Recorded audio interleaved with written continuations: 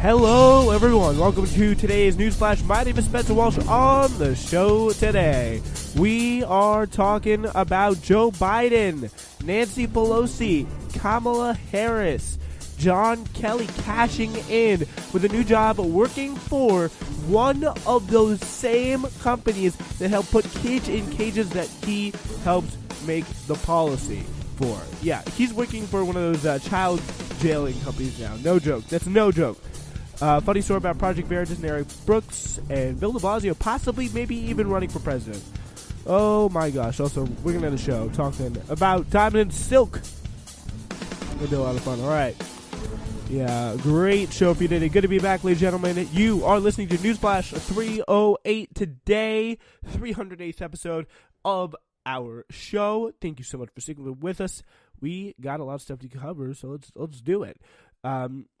So as Joe Biden made his way across Iowa on his first trip as a 2020 presidential candidate, the former vice president repeatedly returned to one-term aberration when he referred to the Trump presidency. And this idea that this is an aberration, to me, is probably one of the most dangerous ideas of possibly understanding Democratic politics, Republican politics, the way things are, who in the country believes what, how to win elections, how to capture people on a cohesive set of policy ideas and get them to support you, get them behind you to actually put those policy ideas in practice. And this, I don't care if it's 2016, I don't care if it's 2020, I don't care when it is. And some surrogates of Biden, like the famous actor Alyssa Milano, have said this. It's like they say, it's not about policy, it's about beating Donald Trump. Well, maybe for you, it's about it's about beating Donald Trump. Maybe you don't like to see him in the White House anymore. Maybe you like to rant about him on Twitter for all your time. But there are people out there who are dying of healthcare, dying from lack of access to healthcare. They can't afford to pay their medical bills. They're drowning in student debt, all that stuff. They need some change right now. They're not getting any, their wages are not keeping up with their lives. They're getting drowned in just all these troubles. They just feel like crap all the time, and their lives are awful. For them, it's going to be about policy. I'm sorry, it's going to be about policy, and I'm not trying to attack Alyssa Milano. She's done some great work. She's an activist, all that stuff. I respect that, but the fact that she's coming out there and saying, it's not about policy, it's ridiculous.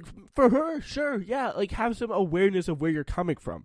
Of course, it's not about policy for you, but it is about policy for those people, because no matter who's in the Oval Office, honestly, has your material life changed at once for any second in the past, almost 4 years now? No, it hasn't really. Based on something that Trump has done. No, it's not affecting you because you're in a position of power. Honestly, I'm in a position where I live a good life. I'm not someone who is really that. I'm not really struggling. I'm not someone who would be the target of Trump's ire, whether it be a Muslim coming across from a war-torn country, a Mexican immigrant, someone who is less economically feasible. But I'm not in that position, so I can't. I'm not going to say I am really desperate for change here, but there's situations in my life where I could be. There's situations where I'm not like Bill Gates over here, but I do understand that there is some policy issues that a lot of people have, a lot of people need fixed, and that's why this election is about policy for so many people. People want to see change, and people know that there's actually change out there, which makes it so different from past elections. Yeah, and here's what Joe Biden says. I really have a problem to it. Limit it for 4 years. Biden pleaded with a ballroom crowd of 600 in eastern Iowa city of Dubuque, Iowa. History will treat this administration's time as an aberration. This is not the Republican Party, he added, citing his relationship with my Republican friends at the House and Senate. This is everything Hillary Clinton was times 50. How is this guy gaining any traction? I just don't get this. How, everything about this guy in my brain, everything he says, I'm just exploding with so many possible rebuttals right now. If you see my brain, it's like a overflowing volcano of all the things I have to say about this. First of all, limit it to 4 years. Obviously, yeah, that would be nice. History will treat this administration's time as an aberration. Well, the thing is, what makes you say this was an aberration? This was it was a growing problem. The fact that you don't understand that people were not happy, people wanted to throw the brick of the window of the establishment, they wanted some real change. There's the fact that Trump and Bernie Sanders the same year surged coincidentally, two very, very outsider candidates who nobody thought had a chance. Like, the fact that's just blatantly misunderstanding the 2016 election, and it will lead you to lose the 2020 election if you can't see that people don't want change. People's lives have been awful, and people want to see a better thing happen. You can't even deny. That's what happened. Like, there is a real political desire for change, to change time, change election. Like, people were, again, they kind of got, like, people's lives under Obama weren't as great, but they're definitely a lot more stable. But again, for the people who aren't really out there, and they are struggling, like 70%, with some crazy number, can't afford to pay a $400 expense in a life-threatening emergency. Like, saying that now, honestly, I haven't read that stat in a while, but saying it right now, it seems a little outlandish. So I'm just going to quickly Google it, but I think that's what it is. Life expense, 40% of Americans cannot cover a $400 emergency expense. Like, that's what it is. 40% of Americans. And, like, those things, those are what people point to and say, okay, we need change. The system cannot continue to exist as it currently does. That is why people like Bernie Sanders, people like Donald Trump, are promising to bring change to the system. Like, that's how it's going to work. And the fact that he doesn't see that there was a real desire, like, it wasn't just an aberration. There was a growing dissatisfaction. Like, there is a broader problem here that Trump kind of identified, Bernie Sanders identified it, and you're not addressing that problem. That's the problem. That's why you're going to lose. And the fact that I really don't think Democrats, after 4 years of Trump, want to hear that you have Republican friends in the House and the Senate, by the way.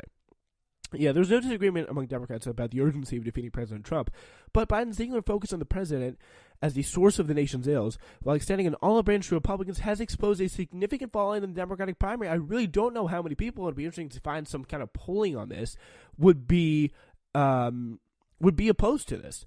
Like, I really would like to know where people stand, but based on some polling, like, what do people think? Oh, we should be reaching out to the Republicans, and I think it all kind of comes down to really what Republicans people have in mind. Whether it's people like the Republicans that some Democrats see on TV, like when they watch like MSNBC, they see like Steve Schmidt, oh, he's a nice Republican, or they think about like the people who are at Trump rallies. I'm sure they probably would not want to reach out to those people after they're at opposite sides of the political spectrum there.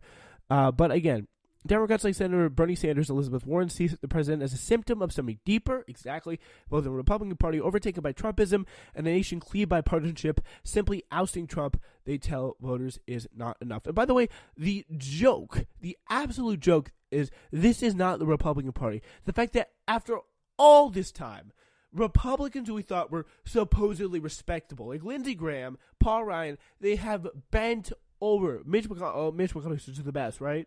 He's a respectable man. You may not agree with him, everything he says, but he knows his stuff. Like, if you don't think they're the party of Trump, like, you must have been living on a rock, because what have they done time and time again? They've kowtowed. They've bent over backwards. They've said, okay, like literally Ted Cruz continuously striding into Trump. Now literally is probably one of his biggest defenders, and probably did it in the most embarrassing, career humiliating way possible, and has still managed to get out of it because everybody loves Trump. Everybody in the Republican Party freaking loves Trump. 88% approval rating within the party. That is very, very high. Highest among any Republican president ever. Like, he's united so many factions in the Republican Party. He's reminded he's reminded libertarians, the Nazis, the evangelicals, everybody. Like, they are all fully behind him now. And the fact that you can't see that shows that you are not fit to be running a presidential campaign, the Democratic Party, that's supposedly going to try and defeat Trump, because that's apparently what you want to do. But you don't understand that you're missing basic facts about the reality of politics because your head is so far up your behind. Like, that's the problem. Like, you can't see that. I don't know how. Like, what evidence suggests that the Republican Party is just repulsed with Trump? This is not the Republican Party. Trump is not the Republican Party. Like, where, like, that may have been acceptable, like, during the campaign by some people. But now, 3 years after he got in office. Like, we're almost at election time here, folks. Like, it is amazing how this is still happening. It is absolutely shocking how this is still happening. I'm just reading that quote again, and it's, what? Yeah. It's a debate that goes beyond policy differences, separating moderate like Joe Biden from insurgent like Bernie Sanders, elevating questions about whether the old rules of the inside the Beltway governance still apply. And by the way, I thought we learned this. Trump burned it down. Like, anything after Donald Trump wins a presidential election, Donald Trump, like, you think that some things would be a little bit different like that. Like, the rules would at least be kind of thrown out the window for the time period. But no, these people never learn, and it's in their interest not to learn because they are directly hurt when people do learn, when people do want change, because they were the people at the top in the first place. It's just that simple. Since winning the Republican nomination almost 3 years ago, Trump has tightened his grip on the party and strong loyalists in key positions and commanding fealty from Republicans, as some of his loudest critics retired rather than face electoral defeat. They've all kowtowed to fealty.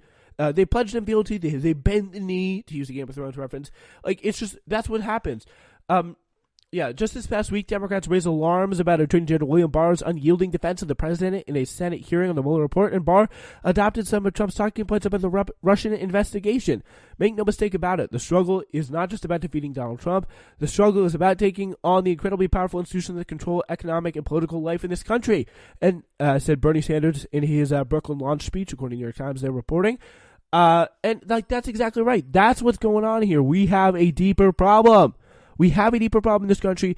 Every American sees it, and Joe Biden doesn't. And that's what really worries me if he gets the nomination. I know, like, there's going to be a lot of drive to move around it, but a guy who still thinks this, believes it in his heart of hearts, no matter how many times his advisors want to spin from him, like, that is deeply, deeply worrying to me. So, apparently, this is a real good one here. After more than 40 years in Washington, Mr. Biden has forged more and deeper relationships with Republicans than any other Democrat running. In the Obama White House, he was known as the McConnell Whisperer for his skills in striking agreements with often recalcitrant, I think that's how you say it, Senate Republican leader Mitch McConnell. Biden spent decades cutting deals in the Senate as well. So, yeah, Biden's opening pitch as an electable pragmatist who can reach across the aisle has resonated with many Iowa Democrats who are desperate to see the end of Trump's presidency. So that is, I mean, I guess that's kind of an understandable point, but I think it would really be effective here for Bernie Sanders. What he has to do is really make the case that he can beat Donald Trump in a pretty effective way, because I think there's certainly a case to be made for that based on like polling and based on the way like Iowans see, like a majority of Iowans, like they are openly in support, according to recent polling, of socialism, and it just shows you like what in the red states people are really like it's red.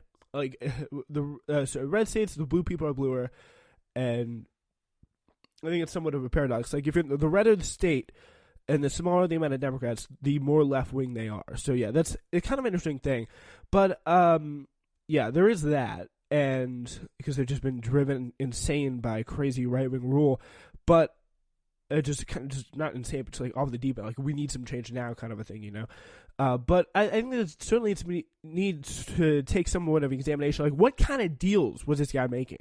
Like, was he making deals on the crime bill? Was he making deals on tax cuts? Was he making deals on a program that was ultimately a Republican proposal in the ACA? Like, is this the guy that we want making deals? Like, the deals that have been made for the past 40 years have been bad. Like, it's just that simple. Donald Trump was saying it. It was a reason why a lot of people supported him in the election. And, like, that is not effective. Like, you can't just go to the same people who rejected. We saw this same thing happen. Like, the same person who's been a creature of the quote-unquote swamp. Like, how do you think Joe Biden, like, Donald Trump, all he has to do is just pull out the same playbook. You supported the crowd. Well, he probably would be in favor of the smart. You supported NAFTA. You supported TPP. You take all the money from the big banks, folks. Like, he doesn't have to change one page of the playbook he used to win against Hillary Clinton. And keep in mind, he used that playbook to win.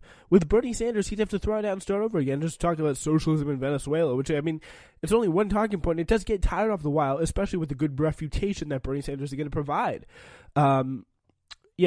So I mean, you got people like Jimmy Stumpf who were make lies wrong against Joe Biden's event in Cedar Rapids, saying, "quote, I feel Biden's our best